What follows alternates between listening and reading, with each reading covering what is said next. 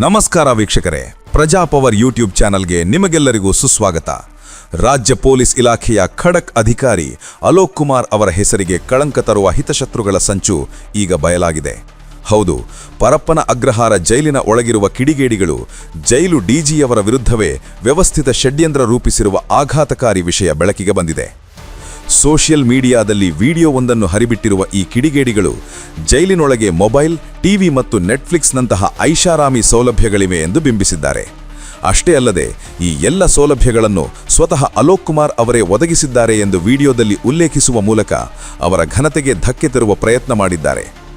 ವಿಡಿಯೋದಲ್ಲಿರುವ ಆರೋಪಿಗಳು ನಾಳೆ IPL match ಇದೆ, ಈ ಸಲ ಕಪ್ ನಮ್ದೇ ಎನ್ನುತ್ತಾ ಜೈಲಿನಲ್ಲಿ ಐಷಾರಾಮಿ ಜೀವನ ನಡೆಸುತ್ತಿರುವಂತೆ ನಾಟಕವಾಡಿದ್ದಾರೆ.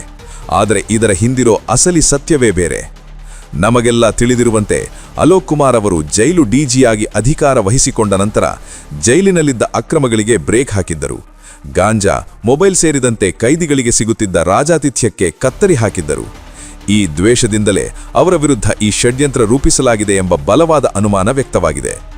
ಈ ವಿಡಿಯೋ ನಿಜವಾದ ಜೈಲಿನಲ್ಲಿ ಚಿತ್ರೀಕರಿಸಿದ್ದ ಅಥವಾ ಜೈಲಿನಂತೆ ಕಾಣುವ ಬೇರೆ ಯಾವುದೋ ಸ್ಥಳದಲ್ಲಿ ಸೆಟಪ್ ಮಾಡಿ ಚಿತ್ರೀಕರಿಸಲಾಗಿದೆಯಾ ಎಂಬ ಬಗ್ಗೆ ತನಿಖೆ ತೀವ್ರಗೊಂಡಿದೆ. ಜೈಲು ಅಧಿಕಾರಿಗಳು ಈಗಾಗಲೇ ಸ್ಥಳ ಪರಿಶೀಲನೆ ನಡೆಸಿದ್ದು ಸತ್ಯಾಸತ್ಯತೆಯನ್ನು ಹೊರಹಾಕಲು ಸಜ್ಜಾಗಿದ್ದಾರೆ. ಈ ಕೃತ್ಯದ ಹಿಂದೆ ದರ್ಶನ್, ಅಭಿ ಹಾಗೂ ಎಂಡ್ರೋಸ್ ಎಂಬುವರ ಕೈವಾಡವಿರುವುದು ಪ್ರಾಥಮಿಕ ತನಿಖೆಯಲ್ಲಿ ತಿಳಿದುಬಂದಿದೆ. ಹೆನ್ನೂರು ಬಂಡೆ ಬಳಿ ನಡೆದಿದ್ದ ಕೊಲೆ ಪ್ರಕರಣದ ಆರೋಪಿಗಳಾಗಿರೋ ದರ್ಶನ್ ಮತ್ತು ಅಭಿ, ಎಂಡ್ರೋಸ್ ಎಂಬುವನಿಗೆ ಪ್ರಚೋದನೆ ನೀಡಿ ಈ ವಿಡಿಯೋ ಮಾಡಿಸಿದ್ದಾರೆ ಎನ್ನಲಾಗಿದೆ. ಪ್ರಸ್ತುತ ಈ ಮೂವರ ವಿರುದ್ಧ ಪರಪ್ಪನ ಅಗ್ರಹಾರ ಠಾಣೆಯಲ್ಲಿ ಕೇಸ್ ದಾಖಲಾಗಿದ್ದು ಇವರನ್ನು ಕ್ವಾರಂಟೈನ್ ಸೆಲ್ಗೆ ಶಿಫ್ಟ್ ಮಾಡಲಾಗಿದೆ. ವಿಚಾರಣೆಯ ವೇಳೆ ಅಲೋಕ್ ಕುಮಾರ್ ಅವರ ಹೆಸರನ್ನು ಕೆಡಿಸಲೆಂದೇ ಬೇಕಂತಲೇ ಹೀಗೆ ಮಾಡಿರುವುದಾಗಿ ಆರೋಪಿಗಳು ಬಾಯ್ಬಿಟ್ಟಿದ್ದಾರೆ ಎನ್ನಲಾಗಿದೆ. ಪ್ರಾಮಾಣಿಕ ಅಧಿಕಾರಿಗಳ ವಿರುದ್ಧ ಇಂತಹ ಷಡ್ಯಂತ್ರಗಳು ನಡೆಯುತ್ತಿರುವುದು ನಿಜಕ್ಕೂ ಬೇಸರದ ಸಂಗತಿ. ಈ ಬಗ್ಗೆ ನಿಮ್ಮ ಅಭಿಪ್ರಾಯವೇನು? ಕಮೆಂಟ್ ಮೂಲಕ ನಮಗೆ ತಿಳಿಸಿ.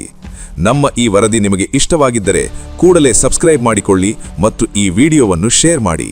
ಇದು ಪ್ರಜಾಪವರ್.